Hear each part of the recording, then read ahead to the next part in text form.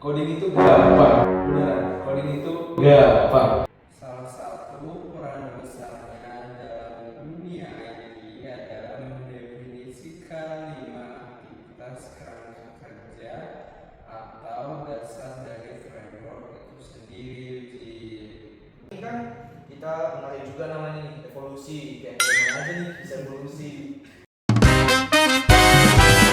Kabar semuanya, jadi di sini kami akan podcast singkat-singkat aja. Padahal aslinya ini adalah tugas kuliah pengantar sistem informasi.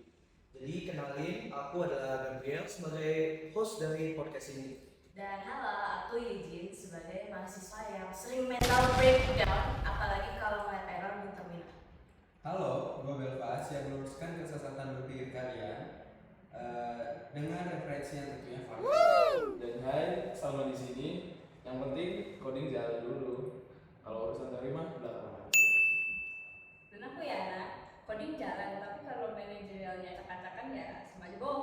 Ya, jadi hari ini kita bakal bahas topik yang judulnya aja sering bikin mahasiswa itu down duluan nih, mental duluan. Jadi kita ini bakal ngomongin framework process software activity. Jujur ya, aku pas denger kata framework tuh udah pening banget.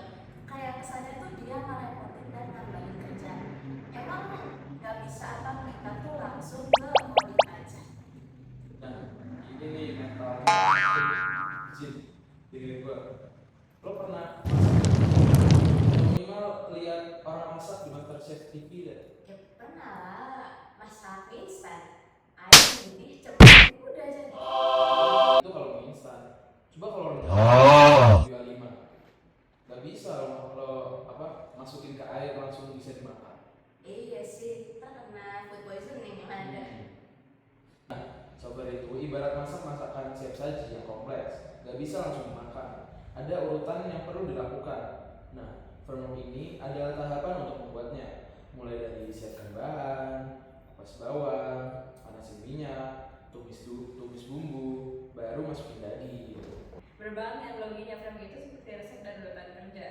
Kayak misalnya pas kamu masak kamu lupa pas bawang, terus kamu langsung masukin kan. Nah itu pasti makanannya jadi gak enak. Nah sama aja kayak software, kalau kamu lupa satu bagian aja, misalnya kamu lupa bagian desain, nanti software kamu jadi bagi atau bahkan gak bisa dipakai. Nah, dan perlu diingat guys, framework ini bukan cuma formalitas biar kelihatan keren aja. Ini adalah step paling krusial dalam pengembangan software. Tanpa ini, kita cuma bikin kode sampah, bukan software engineering. Wah, dalam banget tuh kata-katanya, kode sampah. Ya oke, karena Belva juga udah mulai panas nih, kita langsung aja masuk ke materi daging-dagingnya nih. Bel, lo kan fans berat tuh sama suhu-suhu para IT. Siapa sih tokoh yang dibalik teori ini? Oke, siap-siap guys. Kita bakal bahas framework proses perangkat lunak dari 2 guru besar di bidang ini. Yang pertama adalah Dr. Roger S. Pressman dan yang kedua adalah Ian Somerville. Bentar, mereka siapa sih? Selebgram IT kah? Bukan Eugene, dengerin dulu ya. Pertama, Dr. Roger S. Pressman, beliau ini konsultan perangkat lunak dan manajer proyek asal Amerika. Legend banget tuh. Salah satu peran besarnya dalam dunia IT adalah mendefinisikan 5 aktivitas kerangka kerja atau dasar dari framework itu sendiri, Eugene. Oke, berarti ada 5 aktivitas ya. Coba kita bedah dari satu-satu biar si Eugene dan pendengarnya juga paham. Jadi aktivitas pertama itu apa, Bel? Oke, yang pertama itu adalah communication. Nah ini buat gua. Komunikasi itu adalah interaksi dengan stakeholder. Tujuan untuk mendefinisikan tujuan, batasan, dan persyaratan fungsional dan non-fungsional. Nah intinya kita tanya-tanyain dia tuh mau aplikasi kayak gimana, batasannya apa aja, perlu apa aja di aplikasi itu. Jangan sampai dia minta aplikasi Gojek, kita bikinnya kalkulator. Nah, valid. Ya, yuk lanjut yang kedua. Nah, yang kedua itu planning. Nah ini ranah banget, kita mengestimasi biaya penjadwalan, sumber daya, dan analisis resiko. Nah sebelum kita kerja kita hitung dulu kita butuh biaya berapa. Nah kalau misalnya nanti mati lampu gimana. Nah kita menghitung seluruh siklus proyek. Gitu. Jadi nggak asal gas kerjain gitu dong, harus ada hitung-hitungannya. Betul banget, Jin. Lanjut, yang ketiga adalah modeling. Nah, yang ini Gue ambil alih deh. Modeling itu ibarat arsitek bikin cetak biru atau blueprint. Kita menciptakan representasi struktural dan perilaku sistem. Termasuk di sini kita ngerancang database-nya gimana, tabelnya apa aja, terus antar muka pengguna atau UI UX-nya gimana. Jadi pas ngoding udah ada panduan gambarnya. Nice banget. Masuk yang keempat, aktivitas favorit sama juga nih, construction. Yes, ini intinya. Construction itu melaksanakan penulisan kode super atau coding, tapi ingat bukan cuma ngetik, kita juga harus melakukan pengujian unit, integrasi dan testing sistem secara komprehensif. Jadi habis ngetik dicek dulu meledak nggak kodenya. Si meledak gak tuh? Oke, yang terakhir yang kelima. Nah, terakhir itu deployment. Kayaknya aku tahu. Jadi deployment itu fase ngirim software ke user akhir. Tapi abis itu kita masih harus mengirim data feedback buat evaluasi produk awal. Misalnya nih, aplikasinya udah dipakai. Ternyata si usernya ini bingung. Tombol logoutnya kecilan. Itu yang disebut feedback nggak sih? Iya, Betul banget. Oke, tadi kan versi Pak Presman nih dari Amerika. Sekarang kita terbang nih ke Skotlandia. Dan kenalin dong guru besar kedua kita. Oke, siap. Tokoh kedua kita sekarang adalah Ian Somerville. Beliau adalah akademisi dan profesor asal Skotlandia yang ahli banget dalam rekayasa perangkat lunak. Nah, kalau Pressman punya 5 activities, Somerville mendefinisikan 4 aktivitas proses dasar. Catat ya. Yang pertama adalah spesifikasi, kedua pengembangan, ketiga validasi, dan yang keempat evolusi. Bentar kok beda lagi. Tadi kan 5, sekarang malah 4. Pusing. Sebenarnya intinya mirip-mirip Jin, cuma sudut pandangnya aja yang beda. Coba kita bandingin ya. Yang pertama itu adalah spesifikasi. Bentar, aku mau nyoba. Itu tuh mirip sama communication and planning-nya Pressman kan? Di situ kamu harus nulisin semua yang harus dilakuin aplikasi sejelas mungkin. Misalkan nih, aplikasi ini wajib punya fitur login dan wajib memproses pembayaran di bawah 5 detik. Dan itu harus spesifik, nggak boleh abu-abu, ya kan? Iya dong, kok bisa gitu sih? Oke, lanjut yang kedua, pengembangan. Nah, ini setara sama modeling dan construction-nya kalau di teorinya Pak Pressman. Tim developer bekerja merancang struktur internal dan mulai menulis semua kode programnya. Contohnya, timku bikin desain struktur database SQL, terus mulai coding, fitur login sama integrasi payment gateway. Nah, yang ketiga itu validasi. Nah, ini penting banget. Validasi itu cek apakah software itu udah memenuhi spesifik yang tadi. Misalnya tadi kan ada yang harus bisa memenuhi pembayaran di bawah 5 detik ya. Nah, kita cek apakah 4 detik itu udah selesai pembayarannya atau belum. Oke, validasi beres nih. Nah, yang terakhir ini kan kita menarik juga namanya nih evolusi. Kayak Pokemon aja nih bisa evolusi. Ya benar, evolusi adalah fase perubahan atau perbaikan abadi. Ingat guys, begitu software dirilis, dunia itu juga ikut berubah, kebutuhan manusia berubah, aplikasi harus ikut berubah juga dong. Nah, gue kasih contoh nyatanya nih soal evolusi. Misal, kita bikin aplikasi kasir, udah rilis tahun, tiba-tiba tren pembayarannya berubah. Orang-orang pada pakai QRIS. Nah, pelanggan pasti minta fitur baru dong. Mas, tambahin scan QRIS dong. Nah, proses kita nambahin fitur baru itu namanya evolusi. Nanti kita balik lagi ke tahap spesifikasi buat mulai siklusnya lagi. Ternyata cukup menarik juga ya. Abis dijelasin, mungkin nggak semerepotkan itu, malah jadi jelas kalau misalkan user ini minta buat nambahin fitur QRIS, ya harus ke proses tertentu, nggak bisa langsung saat kerjaan. Nah, di sini kan udah mulai tercerahkan nih.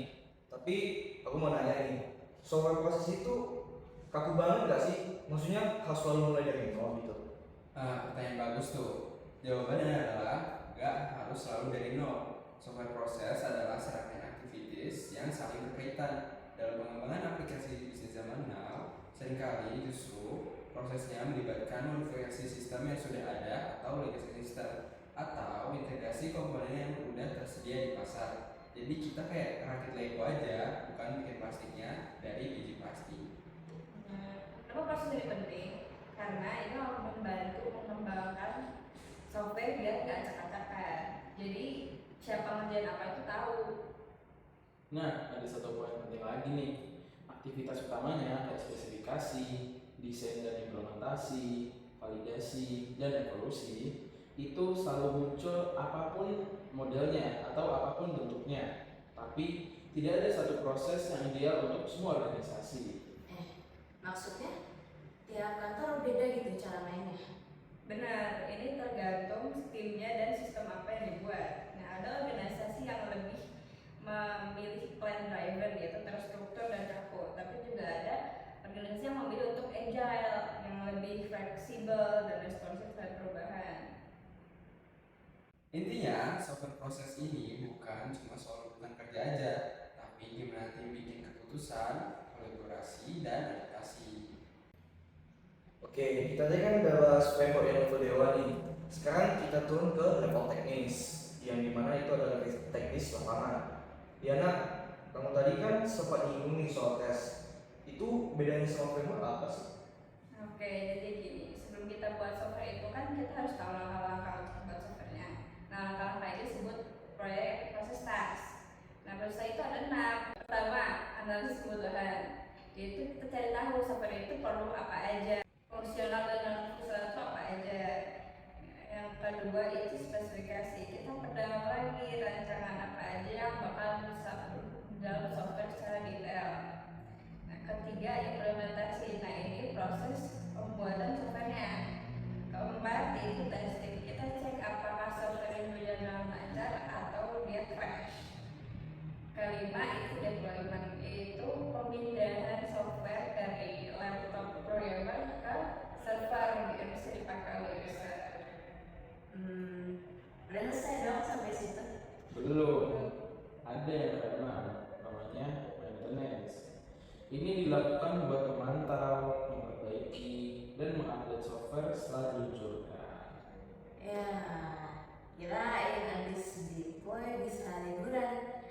Ternyata ada maintenance. Kayak motor aja sih harus diservis. Ya emang gitu Jin. Kalau ada bug, masa didiemin? Itu gunanya tas maintenance. Oke, gokil. Hari ini kita udah belajar banyak banget nih, mulai dari analogi masa, kenalan dengan Pakesman yang ada 5 aktivitas, terus Paksun Novel yang ada 4 aktivitas, sampai ngerti juga nih kalau proses itu bisa adaptif, bisa agile atau enggak plan driven, dan ditutup dengan 6 proses tes dan Diana. Oke, fine. Aku tarik kata-kata aku di awal tadi. Ternyata si framework ini nggak merepotin, tapi malah nyelamatin banget. Aku yakin kalau misalkan kita nggak pakai si framework ini, tugas kelompok kita bakalan hancur lebur. Akhirnya lu tobek juga, Jin. Ingat guys, process is not a burden, it's a path to quality. Dan buat yang sudah ngoding, jangan malas baca dokumentasi dan planning. Coding itu gampang, beneran. Coding itu gampang. Yang susah itu bikin codingan yang benar-benar kepake sama orang. Jangan lupa manajemen waktunya. Nah, oke guys, sekian diskusi daging kita hari ini. Semoga habis dengerin ini kita nilai PSI kita jadi auto A ya. Amin. Jangan lupa like dan share ke teman-teman kalian ya yang masih bingung bedanya pressman sama tukang press ban. Oke, gua Gabriel pamit.